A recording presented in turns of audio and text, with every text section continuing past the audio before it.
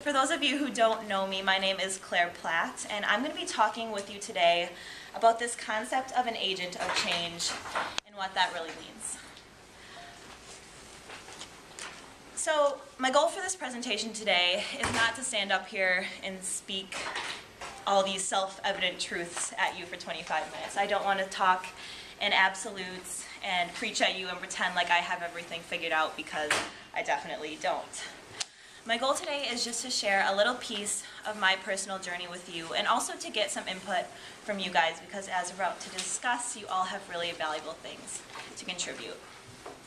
Alright, so I want to start out today by showing you guys a segment of a video that I made back before my journey began 7 months ago. So during orientation, we were all given this list of questions and asked to conduct a self-interview. So as you can imagine, sitting and having a conversation with yourself in front of your laptop isn't an incredibly comfortable thing to do, so bear with me here. But it did prove to be a really useful tool that allowed us to gain some really valuable insight into the different ways that we've grown over the course of the trip. So what you're about to see is me, pre-TBB, answering the question, what is the most urgent problem facing our global society? Big question. But before I show you how I answered it, I want to hear your answers. So if you had to answer this question, what is the most urgent problem facing our global society, how would you do it? You can shout out some answers. Jen? Food hunger. Food hunger. Great answer. Ian? Terrorism. Terrorism. Any other ideas? Lack of empowerment. Lack of empowerment. Right. All correct answers. All right. So let's look at how I answered this question back in September. Don't judge me harshly. Go. Ah! All right, bear with me. All right. Problem facing the global community. Oh, the sound's not hooked up. See if it is not in here. It should, yeah. All right, pause, technical difficulties. Rewind, please. There we go. It's gonna be in the Yep. Ooh, it's gonna be in the other room. That's okay. Let it rip. What is the most urgent problem facing the global community? Wow. I don't know. I don't know because, and I think maybe that's the most urgent problem, is that people don't know what's going on all over the world and all the struggles that people are facing. And I think in order for people to fix these problems and to address these issues, they need to know and they need to be aware of it. Like, you can't be passionate about something if you don't understand it, and you can't fix something if you don't know what's happening.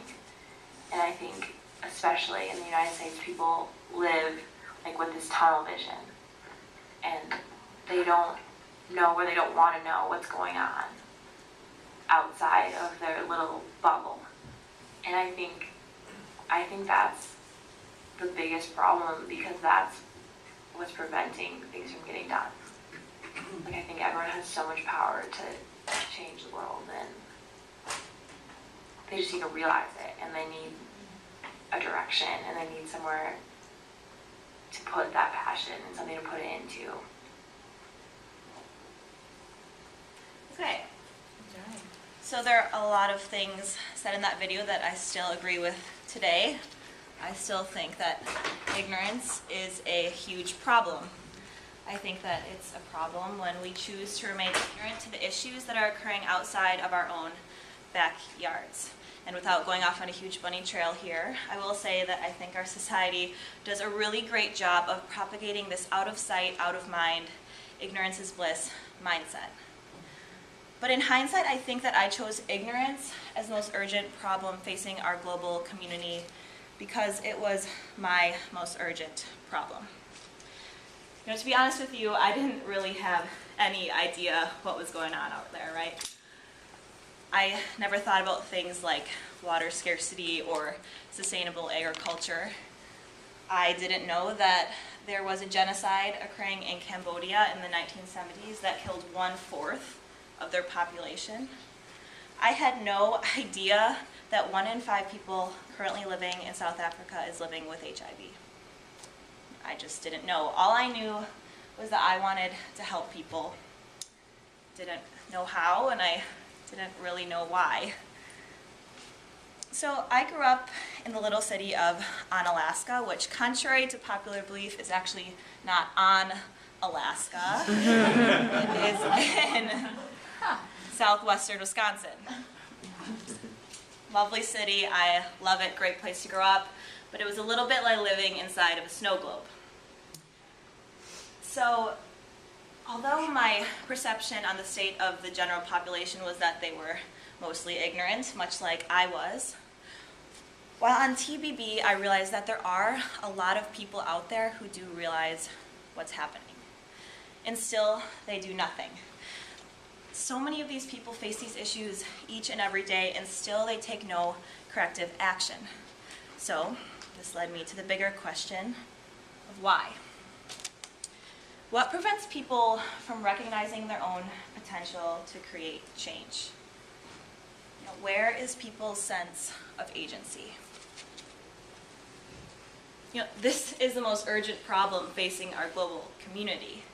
We look everywhere for the solutions to these issues except for in the mirror. And we can learn all we want about all of these issues, but unless that knowledge somehow gets translated into action, then nothing's ever going to improve. All right, so I have another question for you guys. What makes an effective agent of change? What attributes do these kind of people have? Good communication skills. Good communications, absolutely. Courage. Courage. Let's hear from some non-TV people. Come on. Perseverance. Perseverance, absolutely. Thank you. Resources. Resources. Passion. Passion. Friendly. Friendly. Thanks, Jen. Okay. So here's the list that I would have compiled had I been asked this question 7 months ago. So we got selfless, outgoing, confident, compassionate, ambitious, mobilizing, inspiring, articulate, moral, insightful, and tactful. Okay. Sounds a lot like this guy I know, Martin Luther King, doesn't it? So after listing all of these attributes, how many of you can raise your hand right now and confidently identify yourself as an effective agent of change? None of them. Okay. I wouldn't have risen my hand either 7 months ago. I would have wanted to, but I couldn't have done so confidently like I can today. And I couldn't have done so because I didn't know whether or not I fit perfectly into this cookie-cutter definition that I had formed of what an agent of change was supposed to be. So during our trip, we met a lot of really incredible people who were doing really incredible things and creating real change in their communities and in our world. And what I quickly began to realize is that most, if not all, of these people were far from embodiments of my ideas of what an agent of change was supposed to look and act like. So I'm going to introduce you to a few of them. First, this is Sam. He's the guy with the face paint waving the leaves over Allie's head. Yeah. And we met Sam in Ecuador during our reforestation project. We were planting cacao in the little village of El Poste. And Sam was our project coordinator, which meant that he was there on the ground working with us every day, digging holes and planting, and yelling at us when we weren't digging holes and planting fast enough, which happened more than a couple of times. So Sam was a very direct, opinionated, rough around the edges guy. And although he was no Mother Teresa, Sam really genuinely cared about people. And Sam was willing to work long and hard in order to get a job done. Next, this is Don Jose, who we also met while working in Ecuador. Don Jose was a tribal elder and the cultural leader of the Satchela people who we were living and working with in El Poste. They're an indigenous tribe. Now the Satchela are currently going through a very complex and interesting time in transition. Up until about 50 years ago, the Satchela people were hunters and gatherers, but due to the recent spread of Western culture and a loss of land and natural resources, they are now being forced to integrate themselves into a brand new way of life while preserving their cultural identity. And Don Jose is one of the people leading this effort. And we got the opportunity to talk to him quite a bit about his people and about his culture. And everything that this man said just sounded so profound and so wise that you couldn't help but come to revere him. We had this running joke throughout the program that one of these days Don Jose is just going to show up floating on a cloud somewhere. So this hasn't happened yet. We're still waiting. But just to give you an idea of what kind of guy Don Jose was. All right, last but certainly not least, meet Linda Way. Now, this woman was probably the most inspirational person who I had the pleasure of meeting during my trip. Linda Way lives in Quanakatula Township, where I was working in South Africa. I was there for 3 weeks shadowing a home-based care worker, and Linda Way was one of our HIV patients. So, HIV and AIDS are not things that are spoken openly about, especially in South Africa. If you have HIV, you are heavily stigmatized, you are ostracized from your community, and your disease quickly becomes your reality. So chances are, if you have HIV, you're not broadcasting it, right? You're probably not going to tell anyone, actually. But Linda Way was different. Linda Way had HIV and she was open about her status. She wanted people to know. She wanted people to know that HIV is not a death sentence and that people living with HIV need support. She knew that silence was the problem and that her voice could help be the solution. So all three of these individuals were far from a perfect fit in my mold of what an agent of change was supposed to be. But each of them impacted not only me, but each of them were creating real change in the communities where they worked. And each of them was harnessing their own unique skills, attributes, and circumstances in order to create change in a way that they were uniquely suited to do so. Let's take Sam. Sam was an effective project coordinator in El Poste because as an outsider to the community, he was able to offer objective insight, because he knew how to navigate the Western world, because he spoke Spanish, because he was a tough negotiator who didn't take no for an answer, and because he was willing to roll up his sleeves and get a job done. It was for all of these reasons that Sam was able to be an effective agent of change in El Poste. He was not a perfect person, and he did not need to be. Don Jose, yes, inspirational, yes, passionate. But what gave Don Jose power to create change in his community was his respected position within that community. He knew his people and he knew how to work with them. They trusted him. He understood the challenges that they were facing because he too was facing those challenges. But most importantly, he loved his people and he loved his culture, and this gave him a reason to fight for it. Don Jose was an agent of change in the Satchela community of El Poste because that is where he was uniquely suited to effect change. Okay, so what about Linda Way? Any idea why she was effective? Because she spoke up. Because she spoke up. Yes, she did speak scared. up. You know, Linda Way was an effective agent of change, fighting to eliminate stigma surrounding HIV in Quanakatula Township because she was a woman living with HIV in Quanakatula Township. This gave her empathy, and her empathy gave her power. Sam, Don Jose, and Linda Way were each effective agents of change. They were not Martin Luther King. They were themselves, and that was enough. In fact, that was so much more than enough. That is exactly who they needed to be. Attempting to become anyone else, or attempting to fit anyone else's mold, would have made them so much less effective because they were each creating change in a way that they were uniquely suited to do so. Okay, so I want to switch gears here a little bit. Can anyone raise their hand right now and tell me that they could be the next Martin Luther King Jr.? Gandhi? Any Nelson Mandelas in here? No? I wouldn't have raised my hand either. I think part of the reason that people fail to recognize themselves as potential agents of change is because we take the greats. We take these incredible role models and we put them up on a pedestal so high that they become untouchable. People, myself included, we see these people, and because of this heroification, we forget that they're real people.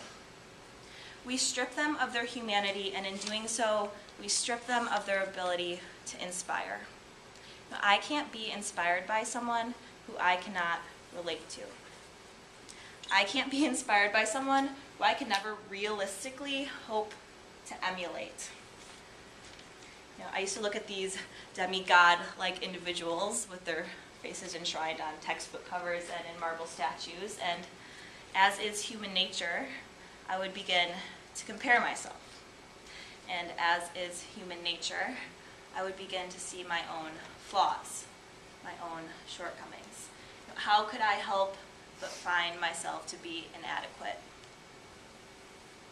I saw them and I thought, if that's what it takes to create change, then I can't be good enough.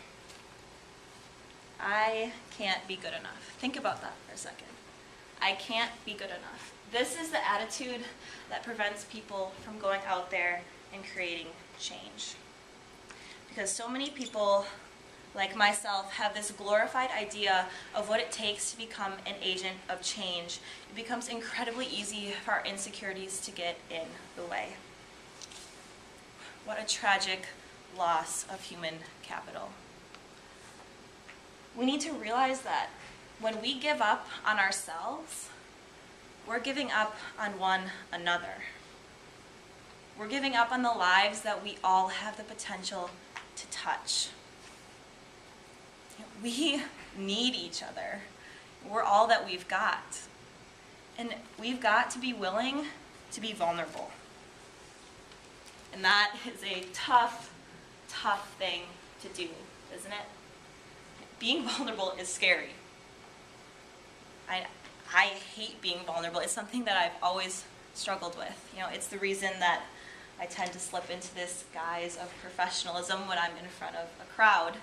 It's why it's incredibly difficult for me to speak in terms of how I feel instead of what I think. It's hard for me to really open up to people, and it takes me a long time to establish close personal relationships. I struggle with all of these things because I hate being vulnerable. Hate it. I just do. Always have. And our society does not encourage us to make ourselves vulnerable. Vulnerability is weak, and we're never supposed to appear weak. We're taught to hide our weaknesses, right? You don't walk into a job interview and start rattling off your weaknesses. List them on your resume. Because when we make ourselves vulnerable, we run the risk of looking and feeling like an idiot. We let people in and we hand them an opportunity to hurt us, and our self-preservation instincts do not like that very much. Making yourself vulnerable might not always get you that promotion, but there is real strength in our weaknesses and in our vulnerability, because it's these things that make us human. It makes us real. It allows us to empathize and build real human relationships. Who are you going to go to for comfort in a time of need? Are you going to go to the person who seems to be standing at the top of the world, or the person who's standing right there on the ground next to you? Are you going to go to the person who has the right answers, or the person who's been there and who understands? I don't know about you, but I'm going to that second person every single time. The most powerful tool that we have is our humanity. This is what makes us real. The most influential people who I met over the course of my trip were people who are willing to make themselves vulnerable. They were people with real flaws and real frustrations. They were real people. You don't have to be the next Martin Luther King in order to be an agent of change. In fact, chances are you're not. I'm certainly not, and thank God for that. Can you imagine what this world would be like if it were full of 7 billion dynamic leaders like Martin Luther King? Have you ever been on a team with a bunch of type A personalities? Well, if you haven't, you could just look at Congress. Nothing gets done, right? We don't need 7 billion Martin Luther King Juniors. We need 7 billion unique, proactive, beautifully flawed, and fully human individuals who understand their own capacity to create change, each in their own unique way. People always make fun of me for trying to save the world, right? Look, I know that I can't save the world.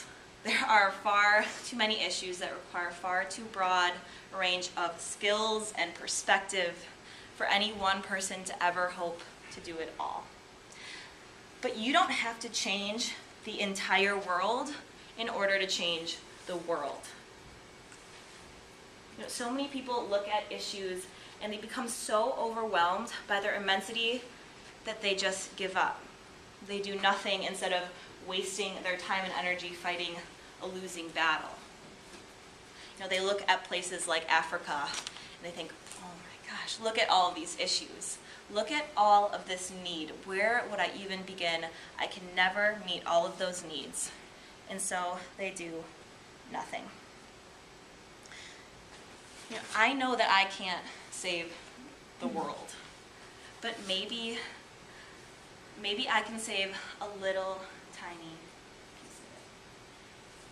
And if we can all just do that, if we're all willing to look at ourselves and see our own potential to create change in our own unique way, then maybe someday we can save this world together.